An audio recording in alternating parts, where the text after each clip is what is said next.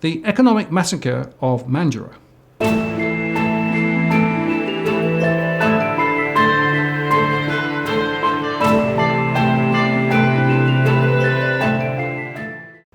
It's Martin North, John Adams and Robbie Barwick in the interests of the people. Hi guys. Hi Martin, how you going? Pretty good. And welcome to Robbie from the CEC, because you guys have been over in the West and you found some rather interesting things.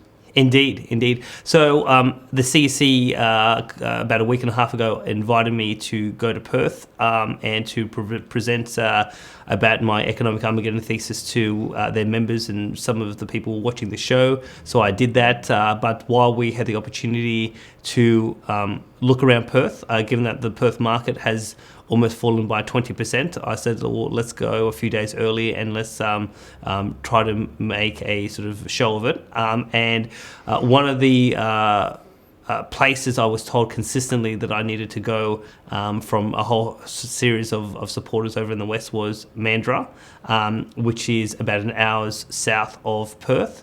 So basically, I got told it was a city that had a huge boom, particularly coinciding with the mining boom, and now that the mining boom has sort of faded and property prices in Perth have fallen away, this particular city has really hit it hard.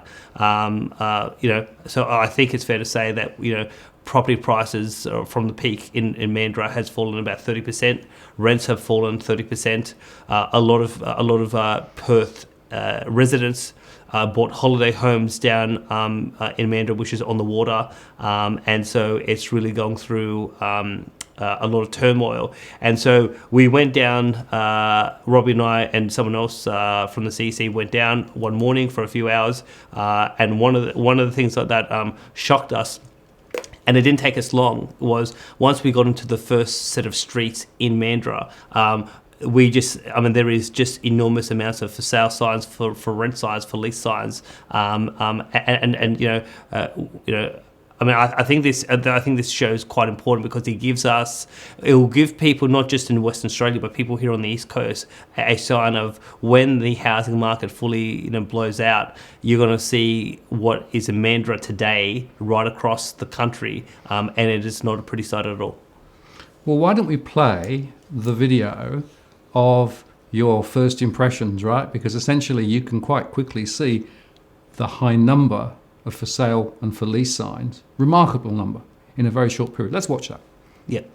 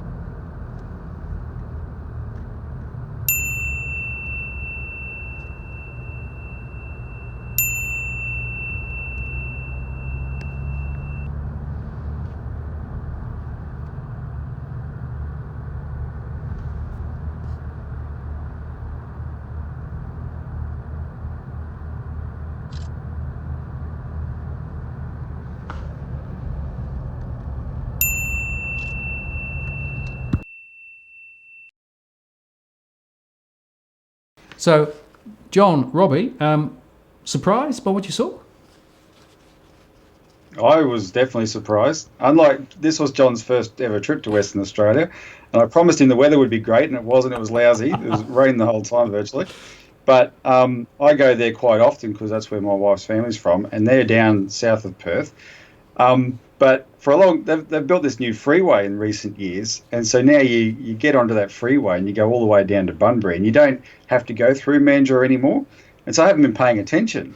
And when we turned in off the old highway into the entrance to Mandurah there, I was very, very surprised. I don't think. I mean, well, I know I haven't seen anywhere in Australia like it. And with all those signs, house prices ain't going up in Mandurah anytime soon. Well, it's interesting because I've been watching the West for about 6 or 7 years, right? Because the peak in the market over in the West was quite a few years ago. And we've been watching the decline in the West ever since. And in fact, a couple of years ago, I was talking to Four Corners, and I suggested they go and look in this precise postcode, right? Because my measures of mortgage stress and difficulty was very high then, right? But the point I want to make is this sort of stuff plays out not over a few months. This plays out over 4, 5, 6 years, right? So essentially the seeds to the current disadvantage and difficulty they've got over there were laid some years ago.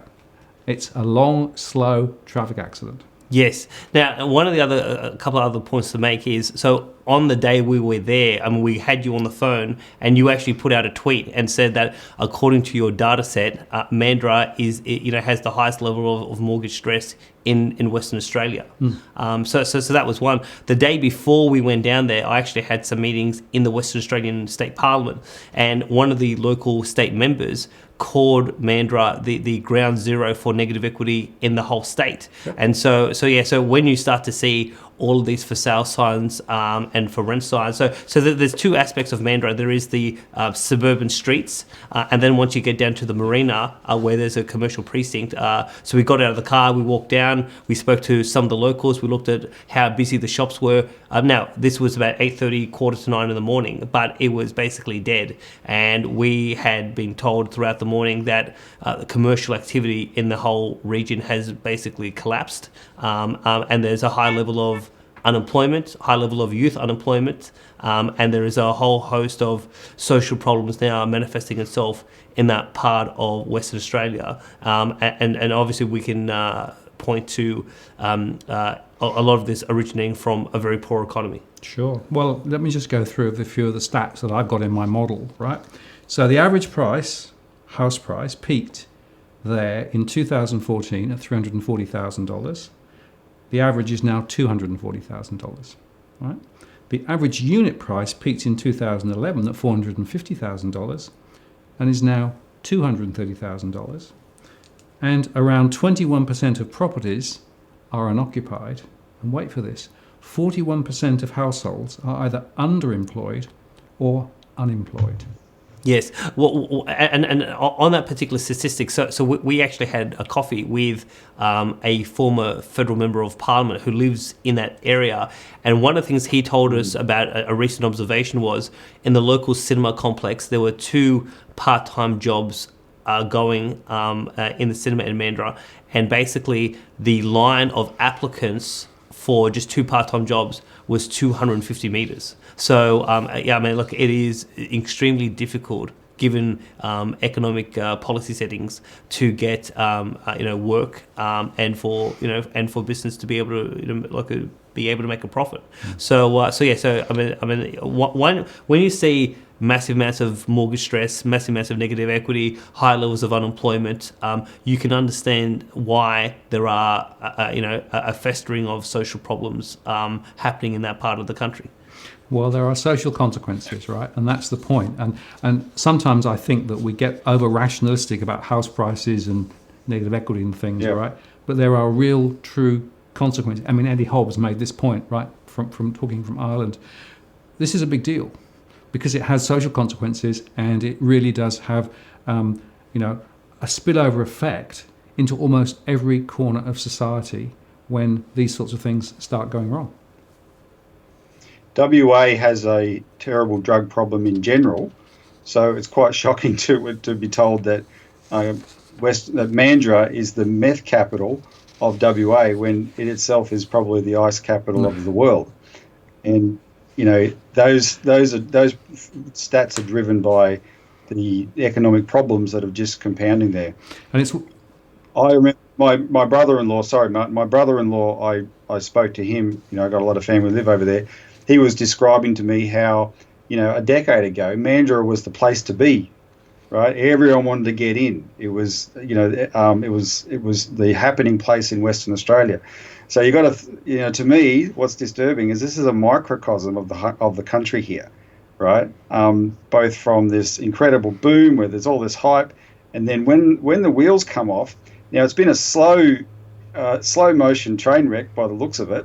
One of the people we met described it to me as, oh well, this has been going on since 2014. It's become normal, right? And that's where John and I, coming from the East Coast, very aware of the state of the Melbourne, much bigger Melbourne and Sydney markets, right? And where they're at the moment, and wondering and sort of applying. Okay, if Mandurah, that kind of malaise spread across Australia to places like Melbourne and Sydney, what sort of condition we would be in. Therefore, that helped drive our shock. When we saw Mandurah, it can get this bad, and that fresh perspective was something she was even surprised to have expressed to her, because she started to regard it as normal. But as you say, there's a delay, there's a lag time. And just because it might go slowly, it definitely goes in the one direction. It's not going up, it's going down. And when, like I said before, when you see all these houses for sale, it's not going to turn around anytime soon. You're right. And the interesting thing about the Four Corners discussion that I had was we separated out the market into the investment sector and the owner-occupied sector, right? And a couple of years ago, it was the investment sector who was definitely leading the way down, because effectively rentals had dropped by a third. Many people with investment properties couldn't actually get to any tenants at all, and basically it was an economically blown proposition. But what's happened since then is that the amount of stress in the system and the broader pressure on households, particularly those from a cost of living perspective, the fact that incomes have not risen at all, it's now spilling over to the owner-occupied sector as well. So effectively double whammy, right? But to emphasize the point again, this takes years to work out. And it's not surprising that Moody's and Standard & Poor's are now saying that defaults are up at 3%, which is double what it is in the rest of the country. But the point that you made, Robbie, and the point I want to make again is we should regard this example here as a leading indicator of what could happen more broadly down the East Coast. Because the same conditions, particularly now, are very much in play, with very high home prices, with extended valuations, high mortgages, unemployment beginning to rise, cost of living rising, incomes not rising. And we are at a very critical tipping point. And frankly, the decisions that have been taken in the last couple of weeks to try and resurrect the housing market once again is just going to force this further into the future. But it's still set for, I think, quite a similar path to what we've seen in the West. Yes, and so I'd make a couple of points. The first one was when Robbie and the CC asked me whether I'd be willing to whether I'd be willing to go west. One of the reasons why I wanted to go west was because I know that because it does take years for these things to play out. One of the important reasons for doing this show is to give people on the East Coast a sense as to what's happening on the West, and to say that. Like you said, it's a leading indicator. What's happening in the West is going to play out here on the East Coast, and Mandurah is ground zero for how. Well, here's the thing: people in the West, it was expressed to me that Armageddon has occurred because of how bad it is, and it's very, very bad compared to the East Coast. But even with as bad as Mandurah is, the debt bubble hasn't blown up. The domestic bubble, the global bubble hasn't blown up. So I was telling people over there, if you think this is Armageddon, even though it is horrific compared to the rest of the country, you have, you still don't understand what I'm personally talking about when I talk about Armageddon. I mean, we haven't even started that, and yet, so we have a bad economy, we have some social problems. I mean, I'll just go through a couple of things that I noted. So, the local paper out there was a massive brawl with 20 youths. I think it was reported in NWA Today. In the local nightclub, there's been some stabbings there. There is some massive amounts of drug use in that part of the country. It was interesting, 2 years ago, the federal government looked at doing some test sites around doing drug tests for welfare recipients, and Mandurah was the third site selected. So Christian Porter, who was, I think, the social services minister at the time, now he's the Attorney General, he's obviously from Western Australia. I mean, he had actually a very interesting quote to say at the time 2 years ago, so I just want to read that quote. So this is from 27th August 2017. Christian Porter: in a place like Mandurah, we've seen internal data to the government show a 300% increase in the number of people excusing themselves out of things like job interviews because of drug use. So once you start to see a bad economy and people getting into all sorts of social problems like violence, like alcohol, like drugs, it actually inhibits their ability to participate in the economy, and that obviously leads to greater complexity of how do you actually resolve a poor economy and a whole host of festering social problems. So obviously, we went there. We were extremely shocked, and obviously, like Robbie said, Robbie's been there many times. This was my first time out west, and yet I think more people, more researchers, more people in the press, and I've actually encouraged some journalists from the ABC who I speak to go, now that Four Corners went 2 years ago, I've said to some of these people, go back again, have a look, get some footage, talk to the locals, and hopefully with some of the footage we've played in this show, maybe some mainstream journalists and mainstream media companies will go back down to Mandurah and actually document what's going on there, so that the nation can actually come to grips with how bad this is going to get. And John, before you continue, the what you just described with this social problem and drug problem, it's completely out of kilter with how the place looks. Right, this is a very nice area of Western Australia, especially on the waterfront there. This is quite seemingly upmarket. You're describing something that, in my mind, it more fits with a place like Footscray in Melbourne, right? That kind of terrible drug problem. It just doesn't fit with Mandurah, and you really see, therefore, that there's an economic driver here because of it became the center of the bubble because of the excesses to do with the mining boom. But the banks trying to we had people telling us how the banks, in a sense, preyed on these cashed up miners here. Buy, invest. Remember, it was Western Australia where there was that nurse who had $3 million in debt or something, or $4 million in debt from investment properties. They really encourage them, get in there and do this. And now it's price that they're trapped in the combination of negative equity and mortgage stress. And so with mortgage stress, they want to bail out. With negative equity, they can't bail out because they're not going to be free of their debt. And it's all come to a perfect storm in Mandurah. What's interesting, Robbie, is that my analysis suggests that it isn't just this one postcode, right?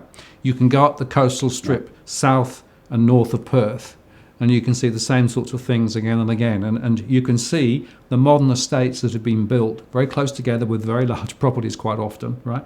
People massively mortgaged up, many of them now in negative equity, many of them in mortgage stress, and many of them with no way out. And that is why the level of defaults are so high. And that is why, unless we see some fundamental different thinking about how to deal with the property bubble and people who have been made bad loans and those sorts of things, this is going to play out extremely badly over quite a long period of time.